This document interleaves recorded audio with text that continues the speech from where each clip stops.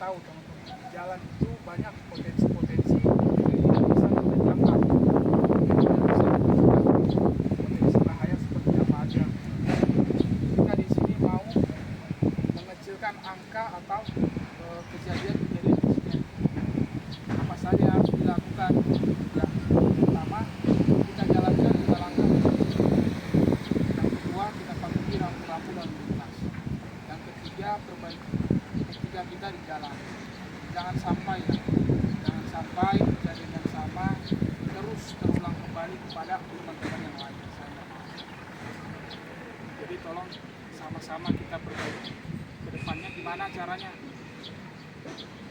Ini kemarin tes ini kejadian saya langsung tanyakan kepada Pak Tarno. Hafal nggak 5 langkah defensif? Nggak hafal. Jadi jarak aman tahu nggak? Nggak tahu.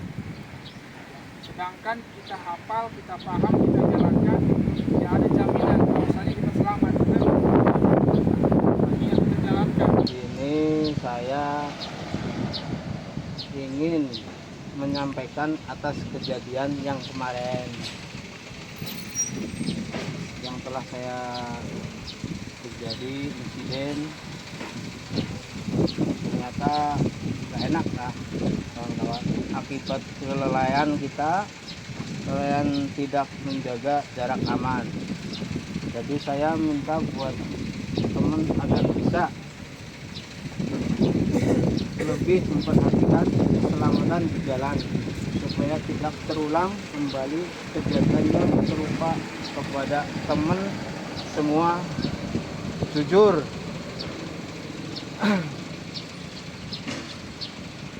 akibat kejadian kemarin sangat merugikan diri sendiri maupun orang lain. Kerugian dari segi waktu, materi, fisik, dan pikiran. Jadi saya harap patuhi peraturan yang ada.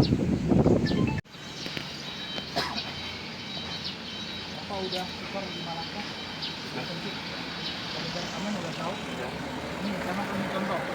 Misalkan dalam kondisi jalanan licin, hujan, muatan penuh, rem tidak stabil, kecepatan 60 km per jam, jarak aman berapa Pak Daryanto? Kalau bisa lebih dari 60. Nah, kalau bisa lebih dari 60. Tapi jarak amannya 60 sesuai dengan kecepatan. Kalau jarak minimal setengahnya. Nah, ini ya. Jadi benar Pak Daryanto. Terima kasih. Jadi kalau untuk kondisi jalanan kita sudah licin, muatan penuh, rem tidak terlalu macet ya. Jadi tolong pakai jarak aman. Karena kita tidak tahu jangkauan kita ke depan, situasi depan seperti apa kita tidak tahu. Kita mencegah dari yang namanya tiba-tiba rem dadakan atau misalkan ada apalah yang di depan yang lewat gitu ya. Itu kan yang tidak terduga, benar ya teman-teman. Nah, jadi maksud saya itu ya, untuk jarak aman tolong lebih diperhatikan lagi karena banyaknya insiden ini terjadi ya salah satunya karena itu tidak jaga jarak aman. Terima kasih pada Resto ya. Saya selalu sampaikan kepada teman-teman di lapangan agar lebih berhati-hati dalam berkendara. Karena di luar sana banyak potensi-potensi bahaya yang tidak bisa selalu kita hindari. Nah, cuman kita bisa mencegah, minimal kita bisa mengambil tindakan-tindakan supaya angka potensi ini lebih kecil. Nah, caranya bagaimana? Kan kemarin sudah disampaikan, hafalkan 5 langkah defensif BP. Bapak udah hafal belum? Baru 3 Bang. Baru 3. Itu juga baru dihafal kemarin. Dari kemarin udah lupa lagi. Nah, kalau Bapak nggak hafal gimana mau menjalankan? Gimana mau antisipasi dari bahaya?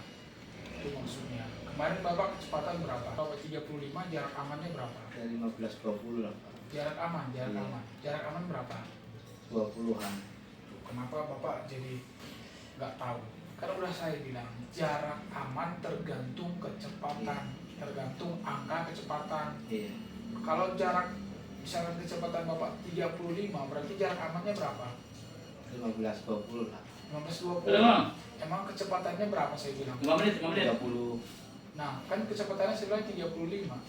Bukan kecepatan 15 saya bilang. Terus kenapa bilangnya jarak aman 15?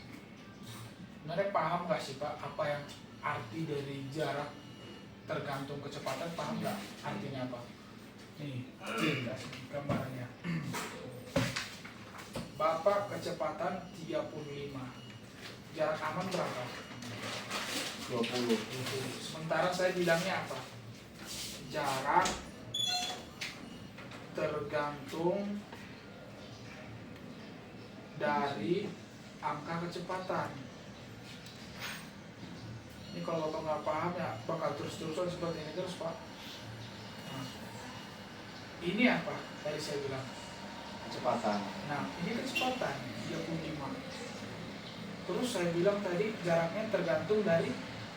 Kecepatan Nah, jadi kalau kecepatan 35 jaraknya berapa harusnya? harusnya 20. Nah, kenapa 20? Kan jaraknya ini, kan kecepatannya 35. Oh iya, iya. Kan beda jadi. Iya. Gimana saya biar sama? Berarti jaraknya berapa harusnya? 30 ya. Ini kecepatan berapa? 35. Kenapa bilangnya 30? Waduh, masa sih Pak nggak paham Pak?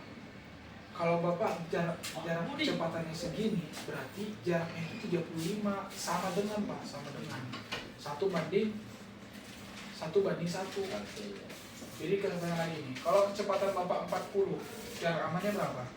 40 ke 40. 40 meter. Kalau misalnya kecepatannya 56, jarak amannya berapa? 50 lagi ya. Kenapa 50?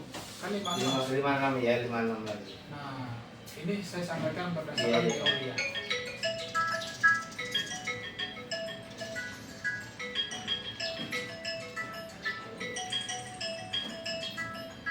Saya sampaikan berdasarkan teori. Nah, kalau jarak minimal itu setengahnya. Jadi kalau 35 jarak amannya, jarak minimalnya berapa? Kalau minimalnya berapa? 20 ya. Nah, minimal setengahnya atau dilebihkan biar lebih aman. Iya. Makanya saya menyampaikan berdasarkan teori. Bapak yang berada di lapangan, Bapak yang tahu kondisi mobil Bapak itu nantinya seperti apa, muatannya seperti apa. Nah, makanya kalau misalkan Bapak muatan penuh, jalan licin, rem kurang pakem, jangan coba-coba pakai jarak minimal, Iya. Terus lebih banyak lagi. pakai jarak aman. Iya. Jarak aman yang kita keadaan kondisi itu ya Pak ya. Nah, yang penting kita tahu, Bapak lah yang lebih tahu karena Bapak yang di lapangan. Iya. Saya hanya bisa ngasih tahu sebatas teori, gambaran.